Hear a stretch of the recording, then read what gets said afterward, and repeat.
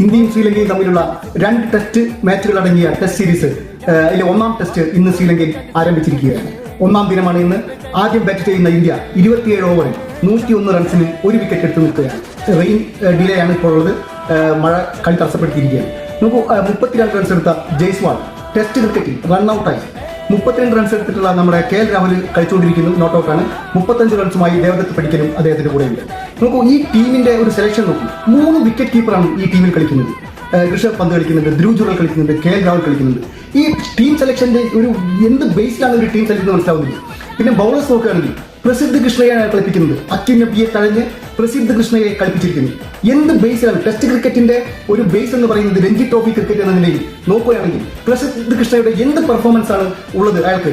കഴിഞ്ഞ രഞ്ജി ട്രോഫി ഈ ജമ്മു കാശ്മീരിനെ വിജയിപ്പിച്ച അക്കിം നബി മാൻ ഓഫ് ദ സീരീസ് 70 വിക്കറ്റുകൾ നേടി അദ്ദേഹത്തെ ടീമിലെടുത്ത് നോക്കുകുത്തിയായിട്ട് അവിടെ ബെഞ്ചിലിട്ടിരിക്കുകയാണ്. ഏത് ബേസിലാണ് അക്കിം നബിയെ കളിപ്പിക്കാതെ പ്രസിദ്ധ് കൃഷ്ണയെ ഇന്ത്യൻ സെലക്ടേഴ്സ്മാർ കളിപ്പിച്ചിരിക്കുന്നത് എന്ന് ഇപ്പോഴും മനസ്സിലാവുന്നില്ല.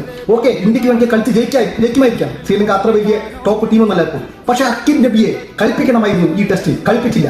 എന്തുകൊണ്ടെന്ന് ആൻസർ ഇതുവരെ കിട്ടാത്ത ഒരു ക്വസ്റ്റ്യൻ ആയി നിൽക്കുകയാണ്.